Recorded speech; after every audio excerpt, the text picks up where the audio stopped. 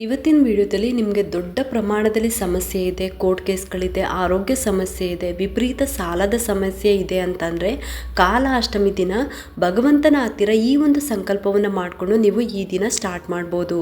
ಈ ದಿನ ಕೃಷ್ಣ ಜನ್ಮಾಷ್ಟಮಿ ದಿನ ಮತ್ತು ಕಾಲ ಅಷ್ಟಮಿ ದಿನ ಕೂಡ. ಹುಣ್ಣಿಮೆ ಆದಮೇಲೆ ಬರುವಂಥ ಅಷ್ಟಮಿಯನ್ನು ಕಾಲಾಷ್ಟಮಿ ಅಂತ ಕರಿತೀವಿ. ಅಮಾವಾಸ್ಯೆ ಆದಮೇಲೆ ಬರುವಂಥ ಅಷ್ಟಮಿಯನ್ನು ದುರ್ಗಾಷ್ಟಮಿ ಅಂತ ಕರಿತೀವಿ. ಈ ಎರಡೂ ಅಷ್ಟಮಿ ಕೂಡ ತುಂಬಾ ಒಳ್ಳೆಯ ಫಲಗಳನ್ನು ಕೊಡುವಂಥ ಅಷ್ಟಮಿ. ಎಂಥದ್ದೇ ಕೆಟ್ಟ ದೃಷ್ಟಿ ಇದ್ದರೆ, ವಾಮಾಚಾರಗಳಾಗಿದ್ದರೆ ಅದೆಲ್ಲನೂ ಕೂಡ ನಿವಾರಣೆ ಮಾಡುವಂಥ ಶಕ್ತಿ ಕಾಲಭೈರವನಿಗೆ ಇದೆ. ಕಾಲವನ್ನು ನಿಯಂತ್ರಣ ಮಾಡುವಂಥ ಶಕ್ತಿ ಇರೋದು ಕಾಲಭೈರವೇಶ್ವರನಿಗೆ ಮಾತ್ರ. ನಿಮಗೆ ನಂಬಿಕೆ ಇದ್ದರೆ ಮಾಡಿ ನೋಡಿ. ಆಗಸ್ಟ್ 15ನೇ ತಾರೀಕು ರಾತ್ರಿ 11:40 ಅಷ್ಟಮಿ ತಿಥಿ ಪ್ರಾರಂಭ ಆಗಿದೆ. ಆಗಸ್ಟ್ 16ನೇ ತಾರೀಕು ಶನಿವಾರ ರಾತ್ರಿ 9:40 ಮುಕ್ತಾಯ ಆಗುತ್ತೆ. ನಮಗೆ ಶನಿವಾರನೇ ಅಷ್ಟಮಿ ತಿಥಿ ಇರೋದ್ರಿಂದ ಈ ದಿನ ಕಾಲಾಷ್ಟಮಿ. ಶನಿವಾರ ಅಷ್ಟಮಿ ಸಿಕ್ಕಿರೋದು ತುಂಬಾ ಶ್ರೇಷ್ಠವಾದದ್ದು. ಏಕೆಂದರೆ ಶನಿ ದೋಷ ನಿವಾರಣೆಗೂ ಕೂಡ ತುಂಬಾ ಒಳ್ಳೆಯದು. ಶಿವನನ್ನು ಹೆಚ್ಚಾಗಿ ಯಾರು ಆರಾಧನೆ ಮಾಡ್ತಾರೋ ಅಂಥವರು ಶನೇಶ್ವರ ಸ್ವಾಮಿಯ ಪ್ರಭಾವವನ್ನು ಕಡಿಮೆ ಮಾಡ್ಬೋದು. ಈ ದಿನ ಆಗಸ್ಟ್ 16ನೇ ತಾರೀಕು ಕಾಲಾಷ್ಟಮಿ ಇದೆ. ಕೃಷ್ಣ ಜನ್ಮಾಷ್ಟಮಿ ಮತ್ತು ಕಾಲಾಷ್ಟಮಿ ಎರಡೂ ಕೂಡ ಇದೆ. ಈ ದಿನ ಆಚರಣೆ ಮಾಡಲೇಬೇಕು. ಕೃಷ್ಣನನ್ನು ಮತ್ತು ಕಾಲಭೈರವರನ್ನು ಒಂದೇ ದಿನ ಪೂಜೆ ಮಾಡುವಂಥ ದಿನ ಇವತ್ತು. ಇವಾಗಲೇ ತುಂಬ ಜನ ಕಾಲಭೈರವೇಶ್ವರನಿಗೆ ದೀಪಾರಾಧನೆ ಮಾಡ್ತಾ ಬಂದಿರ್ತೀರ. ಈ ದಿನ 16ನೇ ತಾರೀಕು ಶನಿವಾರ ಕೃಷ್ಣ ಜನ್ಮಾಷ್ಟಮಿ ಕೂಡ ಇರೋದ್ರಿಂದ ಈ ಎರಡೂ ಪೂಜೆಯನ್ನು ಯಾವ ರೀತಿ ಒಟ್ಟಿಗೆ ಮಾಡೋದು ಅನ್ನೋದ್ರ ಬಗ್ಗೆ ಇವತ್ತಿನ ವಿಡಿಯೋದಲ್ಲಿ ತಿಳ್ಕೊಳ್ಳೋಣ. ಕಾಲಭೈರವೇಶ್ವರ ಅಂದರೆ ಅವರು ಕೂಡ ಶಿವನ ಅಂಶನೇ. ಇದಕ್ಕೋಸ್ಕರ ಕಾಲಭೈರವೇಶ್ವರನನ್ನು ಆರಾಧನೆ ಮಾಡೋದ್ರಿಂದ ಇದು ಪರಿಹಾರನೇ ಆಗಲ್ಲ ಅನ್ನುವಂಥ ಸಮಸ್ಯೆಗಳು ಕೂಡ ಪರಿಹಾರ ಆಗುತ್ತೆ. ನಂಬಿಕೆ ಇಟ್ಟು ಮಾಡಿ ನೋಡಿ. ಇದೇ ಶನಿವಾರ ಈ ದಿನ 16ನೇ ತಾರೀಕಿನಿಂದ ನೀವು ಕಾಲಭೈರವೇಶ್ವರನ ಆರಾಧನೆಯನ್ನು ಶುರು ಮಾಡ್ಬೋದು. ಮನೆಯಲ್ಲಿ ಎಲ್ಲರೂ ಕೂಡ ಫೋಟೋ ಇಟ್ಕೊಳ್ಳೇಬೇಕು ಅಂತ ಏನೂ ಇಲ್ಲ. ನಿಮ್ಮ ಮನೆ ದೇವರು ಆಗಿದ್ದರೆ ಕಾಲಭೈರವೇಶ್ವರನ ಶಾಂತವಾಗಿರುವ ಫೋಟೋನ ಇಟ್ಕೋಬೋದು.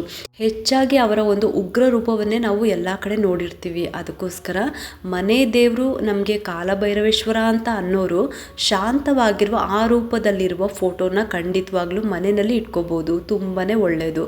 ಶನಿವಾರ ಬೆಳಗ್ಗೆ ಅಥವಾ ಸಂಜೆ ಈ ದೀಪಾರಾಧನೆಯನ್ನು ಮಾಡ್ಬೋದು. ಇನ್ನು ಹೊಸದಾಗಿ ಇವತ್ತಿನಿಂದ ದೀಪಾರಾಧನೆ ಮಾಡಬೇಕು ಅಂತ ಅಂದ್ಕೊಂಡಿರೋರಿಗೆ ತುಂಬಾ ಒಳ್ಳೆಯ ದಿನ ಇವತ್ತಿನಿಂದ ಮಾಡ್ಬೋದು. ದೇವಸ್ಥಾನಕ್ಕೆ ಹೋಗಬೇಕು ಅಂತಲೇ ಏನೂ ಇಲ್ಲ.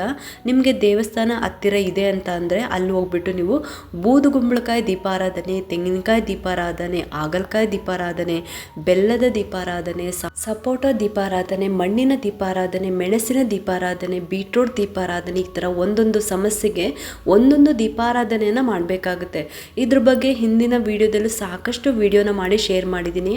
ಆರೋಗ್ಯಕ್ಕೆ, ಹಣಕಾಸಿನ ಸಮಸ್ಯೆಗೆ, ಮದುವೆಗೆ, ವ್ಯಾಪಾರ ಅಭಿವೃದ್ಧಿಗೆ, ಕೆಲಸಕ್ಕೆ, ಯಾರಿಗಾದ್ರೂ ದುಡ್ಡು ಕೊಟ್ಬಿಟ್ಟು ಕಳ್ಕೊಂಡಿದ್ರೆ ಅದನ್ನು ವಾಪಸ್ ಪಡಿಬೇಕು ಅಂತ ಅಂದರೆ ಹೀಗೆ ನಾನಾ ರೀತಿಯ ದೀಪಾರಾಧನೆಗಳಿಂದ ನೀವು ದೇವಸ್ಥಾನಕ್ಕೆ ಹೋಗ್ಬಿಟ್ಟು ಅಲ್ಲಿ ನಿಮಗೆ ಹೆಚ್ಚಿನ ವಿಷಯಗಳು ಸಿಗುತ್ತೆ.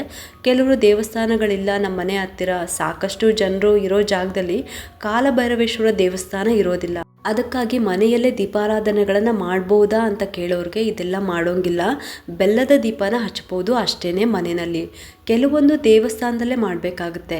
ಹತ್ತಿರದಲ್ಲಿಲ್ಲ, ಕಾಲಭೈರವೇಶ್ವರ ದೇವಸ್ಥಾನ ಇಲ್ಲ ಅಂದರೆ ಮನೆಯಲ್ಲಿ ಮಾಡುವಂಥವರು ಬೆಲ್ಲದ ದೀಪಾರಾಧನೆಯನ್ನು ಮಾಡ್ಬೋದು. ಮತ್ತೆ ಹೇಳ್ತಾ ಇದ್ದೀನಿ, ಮನೆಯಲ್ಲೇ ಮಾಡಿದ್ರೆ ಮಾತ್ರ ಬೆಲ್ಲದ ದೀಪಾರಾಧನೆ ಮಾಡಿ. ನೀವು ದೇವಸ್ಥಾನದಲ್ಲಿ ಮಾಡೋದಾದರೆ ನಿಮ್ಮ ಸಮಸ್ಯೆಗೆ ಅನುಗುಣವಾಗಿ ದೀಪಾರಾಧನೆ ಮಾಡಬೇಕಾಗುತ್ತೆ. ಕುಂಬಳಕಾಯಿ ದೀಪಾರಾಧನೆ ಮಾಡೋದ್ರಿಂದ ಎಲ್ಲ ರೀತಿಯ ಸಮಸ್ಯೆಗಳಿಗೆ ಪರಿಹಾರ ಸಿಗುತ್ತೆ. ಮತ್ತು ತೆಂಗಿನಕಾಯಿ ದೀಪಾರಾಧನೆ ಮಾಡೋದ್ರಿಂದ ನೀವು ಅರ್ಧಕ್ಕೆ ನಿಂತಿರುವ ಕೆಲಸಗಳು ಮತ್ತು ಹೊಸ ಕೆಲಸನ ಶುರು ಮಾಡಬೇಕು, ಅದರಲ್ಲಿ ಯಾವುದೇ ರೀತಿ ಅಡೆತಡೆಗಳು ಬರಬಾರ್ದು ಅಂತ ಅಂದರೆ ಆ ಅಡೆತಡೆ ಇಲ್ದಂಗೆ ಆ ಕೆಲಸ ಶುರು ಆಗುತ್ತೆ. ಅದೇ ರೀತಿಯೇ ಅದು ಸಂಪೂರ್ಣವಾಗಿ ಮುಗಿಯುತ್ತೆ. ಅದಕ್ಕೋಸ್ಕರ ನಿಮ್ಮ ಕಾರ್ಯ ಸಾಧನೆಗೋಸ್ಕರ ತೆಂಗಿನಕಾಯಿ ದೀಪಾರಾಧನೆಯನ್ನು ಮಾಡಬೇಕು. ಇನ್ನು ಆರೋಗ್ಯ ಸಮಸ್ಯೆ ಇದ್ದರೆ ಅದಕ್ಕೆ ಹಾಗಲಕಾಯಿ ದೀಪಾರಾಧನೆ ಮಾಡಬೇಕಾಗುತ್ತೆ. ಇದೇ ಥರ ಒಂದೊಂದು ಸಮಸ್ಯೆಗೆ ಒಂದೊಂದು ದೀಪಾರಾಧನೆಗಳು ಇರುತ್ತೆ. ಇದನ್ನು ದೇವಸ್ಥಾನದಲ್ಲಿ ವಿಚಾರಿಸ್ಕೊಂಡು ಹಚ್ಚಬೇಕಾಗುತ್ತೆ. ಮನೆಯಲ್ಲಿ ಹಚ್ಚೋರಾದರೆ ಬೆಲ್ಲದ ದೀಪನ ಹಚ್ಬೋದು. ಈ ಥರ ನಾವು ಮನೆಯಲ್ಲಿ ದೀಪಾರಾಧನೆ ಮಾಡೋದ್ರಿಂದ ಮನೆಯಲ್ಲಿ ಪಾಸಿಟಿವ್ ಎನರ್ಜಿ ಅಂದರೆ ಸಕಾರಾತ್ಮಕ ಮತ್ತು ಧನಾತ್ಮಕ ಶಕ್ತಿ ಹೆಚ್ಚಾಗುತ್ತೆ. ಅಲ್ಲದೆ ನಾವು ಈ ರೀತಿ ದೀಪಾರಾಧನೆ ಮಾಡಿ ಕಾಲಭೈರವೇಶ್ವರರ ಅಷ್ಟಕಂನ ಮನೆಯಲ್ಲಿ ಪಠನೆ ಮಾಡೋದ್ರಿಂದ ತುಂಬ ಒಳ್ಳೆಯ ವೈಬ್ರೇಷನ್ ಇರುತ್ತೆ ಮನೆಯಲ್ಲಿ. ನಿಮಗೆ ದೊಡ್ಡ ಪ್ರಮಾಣದಲ್ಲಿ ಸಮಸ್ಯೆ ಇದೆ, ಕೋರ್ಟ್ ಕೇಸ್ಗಳಿದೆ, ಆರೋಗ್ಯ ಸಮಸ್ಯೆ ಇದೆ, ವಿಪರೀತ ಸಾಲದ ಸಮಸ್ಯೆ ಇದೆ ಅಂತಂದರೆ ಕಾಲಾಷ್ಟಮಿ ದಿನ ಭಗವಂತನ ಹತ್ತಿರ ಸಂಕಲ್ಪವನ್ನು ಮಾಡಿಕೊಂಡು ಪ್ರತಿ ಕಾಲಾಷ್ಟಮಿ ದಿನ 8 ಸಲ ನಾನು ಕಾಲಾಷ್ಟಕಂನ ನಾನು ಓದ್ತೀನಿ ಅಂತ ಸಂಕಲ್ಪ ಮಾಡಿಕೊಂಡು ಮಾಡಿ. ತುಂಬಾ ಬೇಗನೆ ಬಾಯ್ ಹಾರ್ಟ್ ಆಗುತ್ತೆ. ಕೂತಿದ್ರು ನಿಂತಿದ್ರು ಆ ಸ್ವಾಮಿ ಜಪ ಮಾಡೋದ್ರಿಂದ ಖಂಡಿತವಾಗ್ಲೂ ಬೇಗನೆ ನಿವಾರಣೆ ಆಗುತ್ತೆ. ತುಂಬಾ ಕಷ್ಟಕರವಾದ ಸಮಸ್ಯೆಗಳು ತುಂಬಾ ಬೇಗನೆ ನಿವಾರಣೆ ಆಗಬೇಕು, ತುಂಬ ಬೇಗನೆ ಪರಿಹಾರ ಆಗಬೇಕು ಅಂತ ಅಂದರೆ ಕಾಲಭೈರವೇಶ್ವರರ ಆರಾಧನೆ ಮಾಡಲೇಬೇಕು. ಕೃಷ್ಣ ಜನ್ಮಾಷ್ಟಮಿ, ಅಷ್ಟಮಿ ಎರಡೂ ಇದೆ. ಯಾವ ರೀತಿ ಮಾಡೋದು ಅಂತ ಯೋಚನೆ ಮಾಡಬೇಡಿ. ಮೊದಲು ಕೃಷ್ಣನ ಪೂಜೆನ ಮುಗಿಸ್ಕೊಳ್ಳಿ. ಸಂಜೆಗೆ ಬೆಲ್ಲದ ದೀಪನ ಹಚ್ಚಬೇಕು. ಕಾಲಭೈರವೇಶ್ವರ ಅಷ್ಟಕಂನ ಓದ್ಬಿಟ್ಟು ಒಟ್ಟಿಗೆ ಎಲ್ಲ ದೇವ್ರಿಗೂ ಕೂಡ ಆರತಿನ ಮಾಡ್ಕೊಳ್ಳಿ. ದೀಪಾರಾಧನೆ ಆದಮೇಲೆ ಅಕ್ಕಿನ ನೆನೆಸ್ಬಿಟ್ಟು ನೆಂದ ಅಕ್ಕಿ ಜೊತೆ ಆ ಬೆಲ್ಲನ ಸೇರಿಸ್ಬಿಟ್ಟು ಹಸುಗೆ ತಿನ್ನಿಸಿ, ಅಥವಾ ಅಕ್ಕಿ ಬೆಲ್ಲದಿಂದ ಪೊಂಗಲ್ನ ಮಾಡಿಬಿಟ್ಟು ತಿನ್ಬೋದು.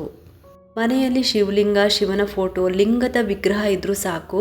ಈ ದಿನ ಅಷ್ಟಮಿ ದಿನ ಬಿಲ್ಪತ್ರೆಯಿಂದ ಅರ್ಚನೆ ಮಾಡ್ಕೊಳ್ಳಿ.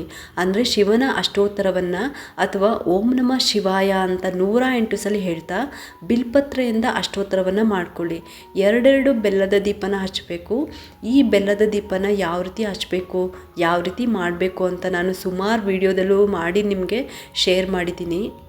ಒಂದು ತಟ್ಟೆ ತೊಗೊಳ್ಳಿ, ಅದಕ್ಕೆ ಗಂಧ, ಅರಿಶಿನ, ಕುಂಕುಮನ 5 ಕಡೆ ಇಟ್ಬಿಟ್ಟು ಅದ್ರ ಮೇಲೆ 1 ಹಿಡಿ ಅಕ್ಕಿನ ಹಾಕಿ ಅದರಲ್ಲಿ ಓಂಕಾರವನ್ನು ನಿಮ್ಮ ಉಂಗುರದ ಬೆರಳಿನಿಂದ ಬರೆದ್ಬಿಟ್ಟು ಅದ್ರ ಮೇಲೆ 2 ಬೆಲ್ಲದ ದೀಪನ ಇಟ್ಬಿಟ್ಟು ಅದಕ್ಕೆ ಅರಿಶಿನ ಕುಂಕುಮವನ್ನು ಹಚ್ಚಿ ಅದರೊಳಗಡೆ ತುಪ್ಪ ಹಾಕಿ 2 ಬತ್ತಿನ ಇಟ್ಬಿಟ್ಟು ಹೂಗಳಿಂದ ಅಲಂಕಾರವನ್ನು ಮಾಡ್ಕೊಳ್ಳಿ. ಇದ್ರ ಜೊತೆಗೆ 2 ವೀಳ್ಯದೆಲೆ, 2 ಬಟ್ಲಡಿಕೆ, ಅದ್ರ ಮೇಲೆ 2 ಬಾಳೆಹಣ್ಣು, ₹1 ದಕ್ಷಿಣೆ ಇದನ್ನು ಇಟ್ಬಿಟ್ಟು ಆ ತಟ್ಟೆನಲ್ಲೇ ಇದನ್ನು ಇಟ್ಕೊಂಡ್ಬಿಟ್ಟು ಆಮೇಲೆ ದೀಪವನ್ನು ಹಚ್ಬಿಟ್ಟು ನೀವು ಆರತಿನ ಮಾಡ್ಕೋಬೋದು.